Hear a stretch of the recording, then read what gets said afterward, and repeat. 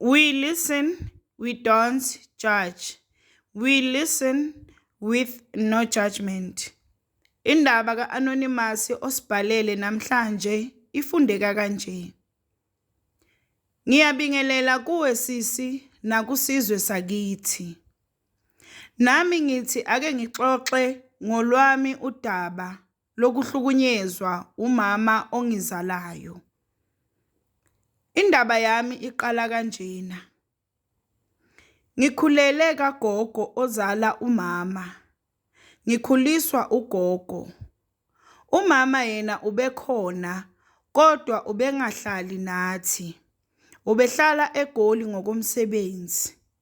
Ube umuntu obekavakasha ngamaholidi abuye ahambe. Ugogo ubenamadodakazi amabili kanye nendodana eyodwa. So lakhaya kagogo besibathathu abazukulu. Kodwa bekuyimi ngedwa ozalwa uma. Uma ngizwa ke ngobaba kuthiwa washona ngino2 years futhi bekuyilabantu bokufika eMzansi. Ngizalwe ngonyaka ka98. Ngizalelwa eGoli. Wabese umama engiletha kugogo.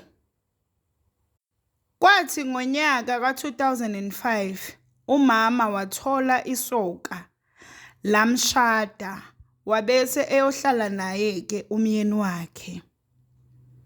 Waqala ke manje ukwehlisa ukuza ekhaya okwakuyinto eyayingenankinga ngoba imali ubeyifaka athumela nezimpahla zami zokugcoka. Ihambile ke iminyaka wathola enye ingane emshadweni wakhe. Kuthe ngo2010 kwashona ugogo. Wafihla ke ugogo emva komngcwabo kwabanjwa imithingi ukuthi umzali nomzali kumele athathe ingane zakhe makuphela unyaka ngoba akasekho ozosala nezingane. Kwazise ugogo ushone ngoSeptember. Cha nangempela kwavunyelwana kanjalo ke. Kwase kucelwa omunye womakhelwane ukuba asibheke kulesikhashana esincane esisele. Kwashaya ke uDisemba wangilanda umama. Sahlala nje kwakuhle impela. Kwashaya uJanuwari ngalungiselwa ukuqala esikolweni sami esisha. Cha angifuni ukungasho sasihleli kahle impela nomndeni kaMama okwakuyizingane zakhe ezimbili kanye nomyeni wakhe okungubaba omncane kimi.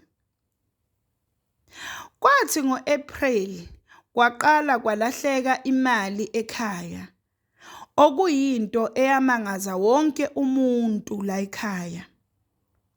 So sabizwa ke njengezingane sahlaliswa phansi sakhuzwa sonke ngoba kwakungaziwa ukuthi ithathwe ngubani imali.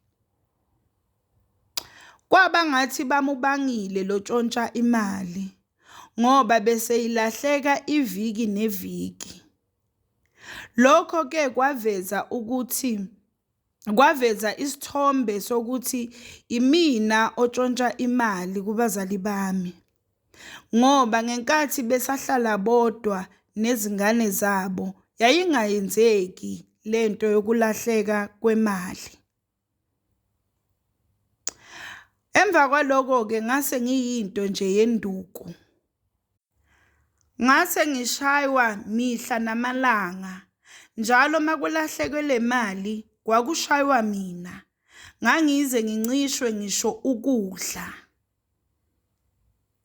Kwathi nje ngolunye usuku kuwumgqibelo umama wayeye enkonzweni.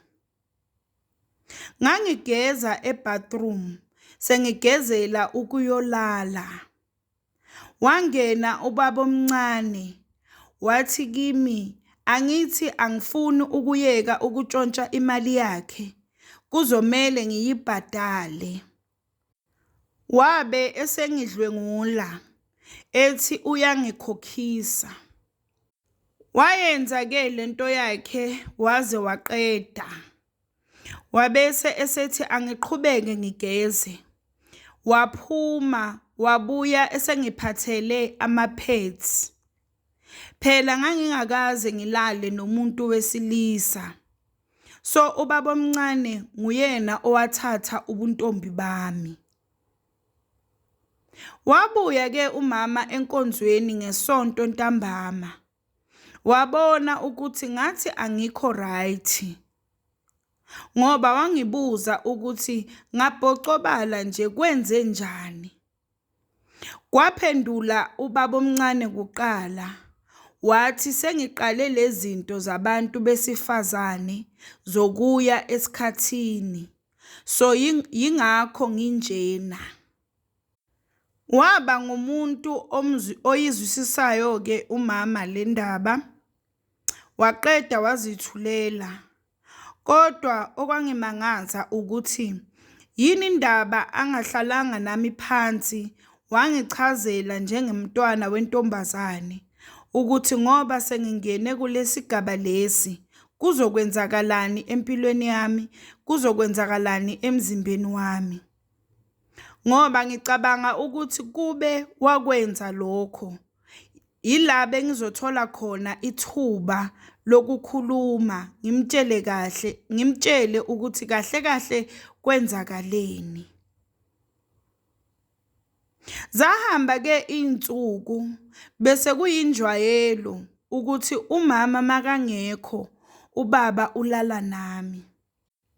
Bekaze angitshele uma umama angekho ukuthi ngilale ngingaqokile. Kwathi ngolunye usuku ebusuku kanti uzothi uyangena ubaba ekamelweni lami wabonwa usisi wami omncane owayekhishwa isisu. Shuthi wangena ubaba wenza njengenjwayelo kanti usisi uzophuma etoilet ezengqo ekamelweni lami. Ethi uzobika ukuthi akazizwa kahle. Wathola ubaba ephezu kwami. Wathuka wacishe woma usisi kanye naye ubaba. Wamncenga ke ukuthi angamutsheni umama. Wavuma usisi. Kanti uyazi ukuthi angeke ahlale angamtsheli umama. Ekumtsheleni kwakhe ke umama azange amtshele sikhona sonke. Wamtshela bebobabili. Kusho ukuthi babese beqhamuka neqhinga lokuthi umama azibonele yena lento. Umama wabese ebika indlela engekho.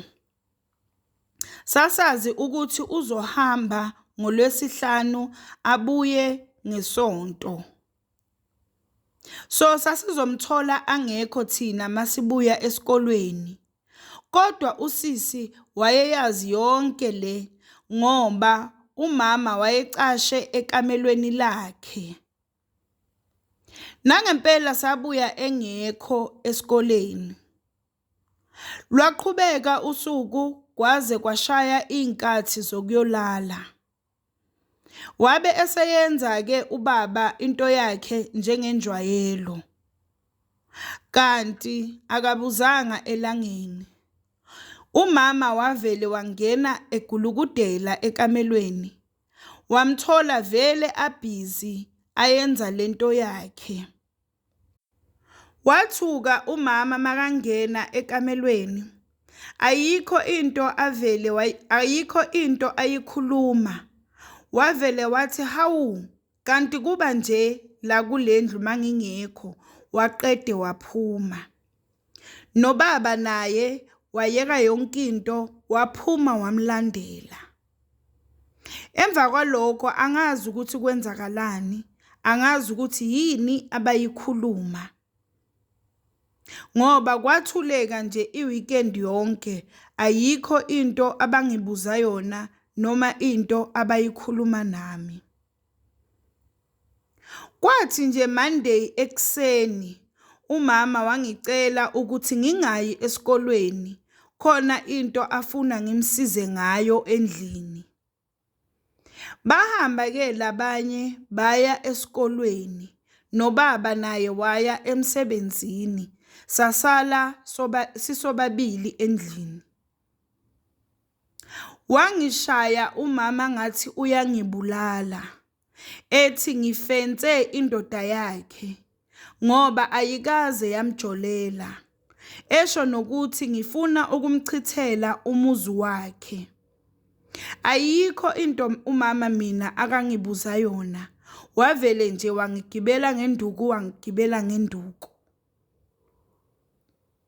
Babuya nje ntambama ngingakhoni nokwenzani. Ngalinda ngaphola ngase ngeqa ekhaya ngaya eThekwini. Ngihamba nje la ndleleni anginamali, ngiyacela ama-lift. Ngiqamba amanga ukuthi ngibanjwe inkunzi, bathatha yonke into ebenginayo. So ngafika eThekwini ngahlangana nomunye usisi owangifundisa ukuthengisa ngomzimba. Ngoba ngagcina sengifunda nokubhema izidakamizwa ngoba ngithi ngehlisa i-stress. Ngizobuya ngelinye ilanga ngizoxoxa impilo yami yasemgaqweni ukuthi beyinjani.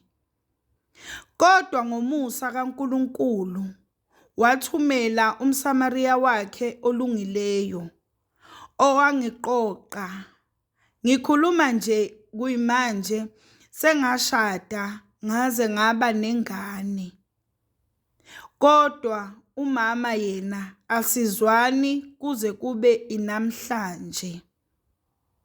Konke okwenziwa okwemishado nayo yonke into ngayenzelwa omalume. Umama nje yena wathi akazingeni. Engithanda ukukundlulisa kubazali ukuthi abathande izingane zabo abaziletha emhlabeni, ngoba ayikho into ebuhlungu njengokungafunwa umzali, ngoba isuke ingekho indlela ongenza ngayo ukushintsha leso simo. Ikakhulukazi abomama, ngicela bavulele abantwana babo bamantombazane izinhliziyo. Khona bazokwazi ukukhululeka ukuthi babatshele nanoma yini abahlangabezana nayo ngaphandle. Ngoba mina kube umama ngangingamusabi, mhlambe ngabe ngamutshela ukuthi ubaba omncane ungenzani. Bese ngithi ezinganeni ezihlukumezekayo, ngicela zibobalekela kuma-social worker nakubothisha esikoleni, ngoba impilo yokuzimela inzima kakhulu. We listen, we don't judge. We listen with no judgment. Sacela usitshele ukuthi ucabangani ngendaba ka-Anonymous osibhalele namhlanje ku-comment section. Sacela ungakhohlwa ukulike, usubscribe. Ungakhohlwa ukuthi ukusubscribe, it's for free, awubhadali lutho.